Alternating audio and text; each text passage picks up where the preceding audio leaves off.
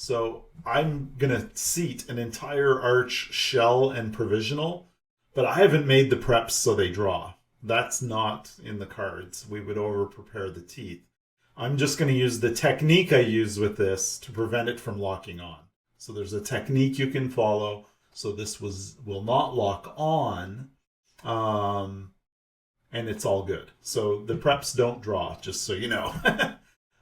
So I'm filling up the shell. This is the hard cast shell. You can see here how accurate this is.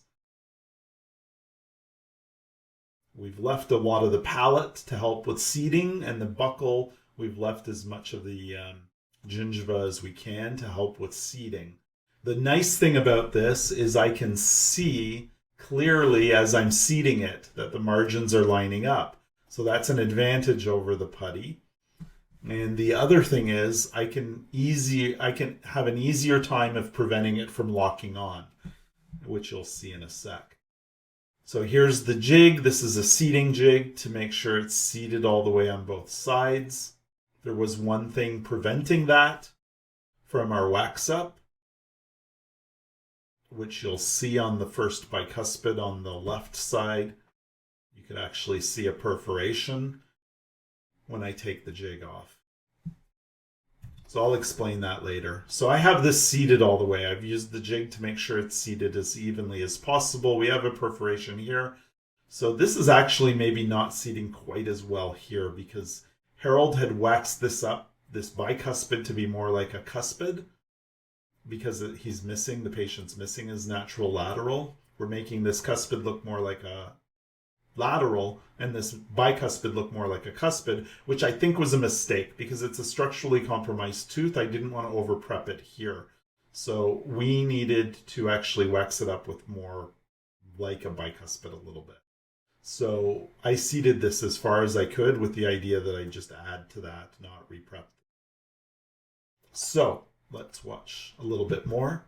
So at this point, the material's starting to set. You can see on the perimeter where it's extruded, it's starting to set.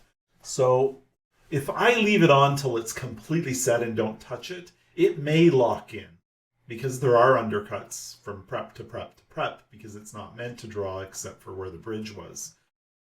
But what I'm doing now is I'm loosening it before it fully sets. So it has to get to that kind of rubbery state of set with the material.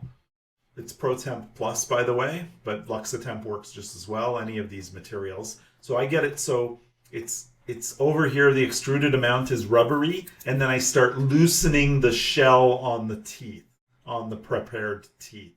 And we rinse a lot here because honestly feel like it's, even though I know these materials don't heat up as much as a PMMA material, I honestly feel the heat coming through the shell more than not. So I like to rinse it. Plus, we're using the rinse underneath the shells as a lubricant. It's just water so that I can get this on and off so it doesn't lock on. So I'm trying to loosen it a little bit without taking it all the way off. So we get a good fit of the provisional that's reasonable, but it's still loose. So it's kind of a loose fit, but it's as good a fit at the margins as we can get. So we want a good marginal fit, but loose kind of in the body part of the provisional. So we're just loosening this here. You can see we're going to rinse. We're going to rinse under the hard cast shell. And this is not tight against the preps now because I loosened it slightly. It's on the preps, but it's not locked on tight because it probably would get caught on the undercut. See here, I'm loosening it and I'm rinsing underneath. This allows for less heat, obviously, although that's not as big a concern as with PMMA. But what this does is it's allowing me to be able to get this on and off easily. So I want this to fully set on the preps, but loose on the preps in a loose manner, if that makes sense to you. So this is what we're doing. When we let this fully set, it takes a few minutes. But this helps me in the end. I will section this provisional into 3 sections. So we don't need perfect draw from, say, the right molar to the left molars. But we'd like it to have the ability in segments to be able to go on and off. I don't want to make all of these as individual units, and one of these is a bridge anyway, but I don't want to make this all individual units. The other issue with these is they can be a little hard to get out.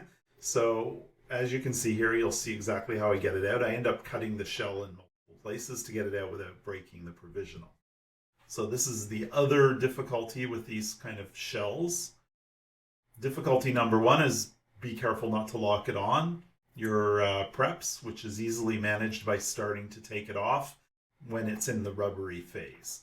Difficulty number two is getting it out of the shell. So here you can see I'm cutting the shell in multiple places, and then that gets the shell so that it has a loose fit on the provisionals, and the loose fit on the provisionals makes it easier for me to just pop the provisional out of it. You'll see it'll pop at some point next little bit.